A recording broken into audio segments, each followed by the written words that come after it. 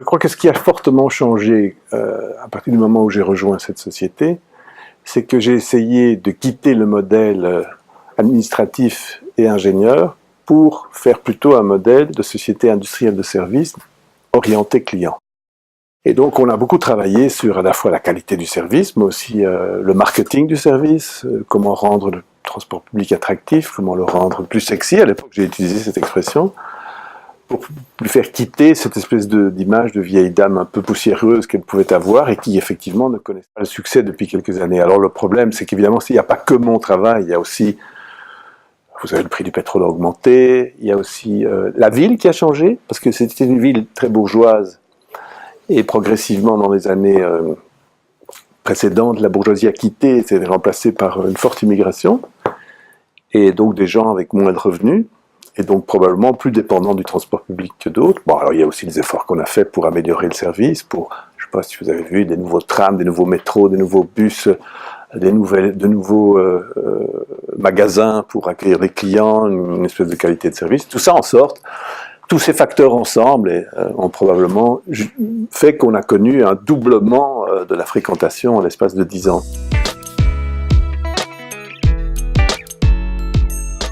C'est le grand challenge, c'est le grand défi auquel est confronté le transport public, parce que c'est un métier curieux, c'est un métier où chaque passager que vous prenez en plus ne vous rapporte pas nécessairement de l'argent. Ça impose un subventionnement complémentaire. Donc, premier problème, l'argent public. Est-ce qu'il y a de l'argent public pour payer des nouveaux trains, des nouveaux tramways, des nouveaux autobus? Donc, notre défi, c'est de faire comprendre aux autorités politiques que comme le mouvement d'urbanisation est inéluctable, 70% des gens vivront dans les villes dans 20 ans, 30 ans. Il faut qu'ils réorientent leurs priorités et qu'ils investissent de l'argent dans le transport public et dans les modes complémentaires que sont le vélo, la marche, etc. et qu'on arrête d'investir massivement, en tout cas en ville, dans la voiture. Et ça, c'est ce grand débat pour lequel, parce qu'il y a plein d'autres bénéfices que simplement le bénéfice économique. Nous pensons que le transport public est le premier agent de croissance économique d'une ville. Si vous prenez Londres et que vous arrêtez le métro, ben Londres s'arrête. Ne fonctionne plus. Ben c'est un argument à l'envers, évidemment, mais donc c'est la même chose à Bruxelles. Si une grande ville, vous voulez faire bouger beaucoup de gens dans un espace dense et contraint, il n'y a pas de miracle, vous ne pouvez pas continuer à accumuler des voitures. Donc le transport public est une option pour les maires, d'ailleurs les bourgmestres, c'est une option pour les urbanistes, d'ailleurs on marche souvent main dans la main, et on ira de plus en plus vers là, mais ça coûte cher. Alors c'est pour ça que moi je recommande aussi qu'on mette du vélo et de la marche à pied, parce que c'est très sain aussi. Je crois que plus ou moins partout on est confronté à la même urbanisation.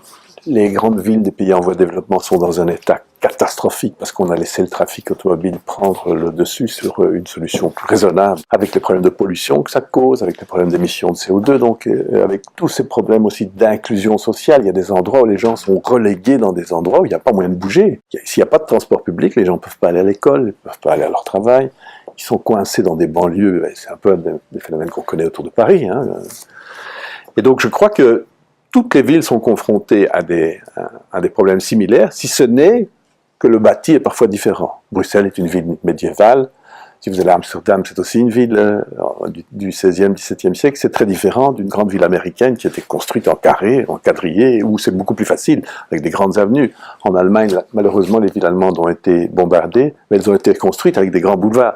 Donc, chacun a ses ajustements à faire en fonction de son territoire. Et donc si on regarde simplement les problèmes de climate change, de changement climatique, il n'y a aucun doute qu'à côté de tout ce qu'on appelle le logement ou les bâtiments, qui sont de grands émetteurs de gaz carbonique, le transport est le second plus grand émetteur.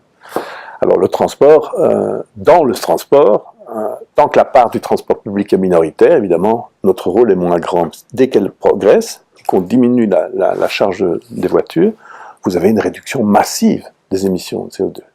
Et quand même, jusqu'à nouvel ordre, je reste convaincu par les travaux qui ont été faits sous l'égide de l'ONU que le problème des émissions de CO2 est un problème majeur.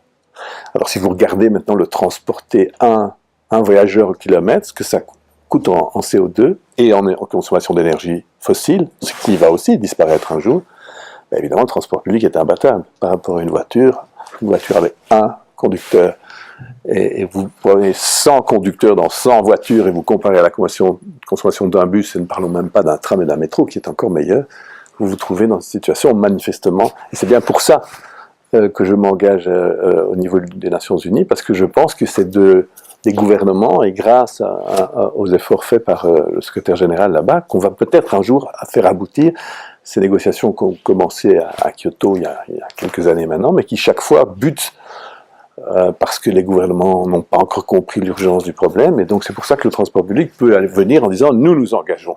Nous nous engageons parce que nous augmentons nos réseaux, nous réduisons nos consommations, on a des bus propres maintenant, l'électrification des bus, donc on a un rôle à jouer là-dedans. Et je veux dire, le petit transport public lève la main et dit « oui, nous, c'est sérieux, c'est pas comme vous tous vous en parlez, mais vous faites pas grand-chose ».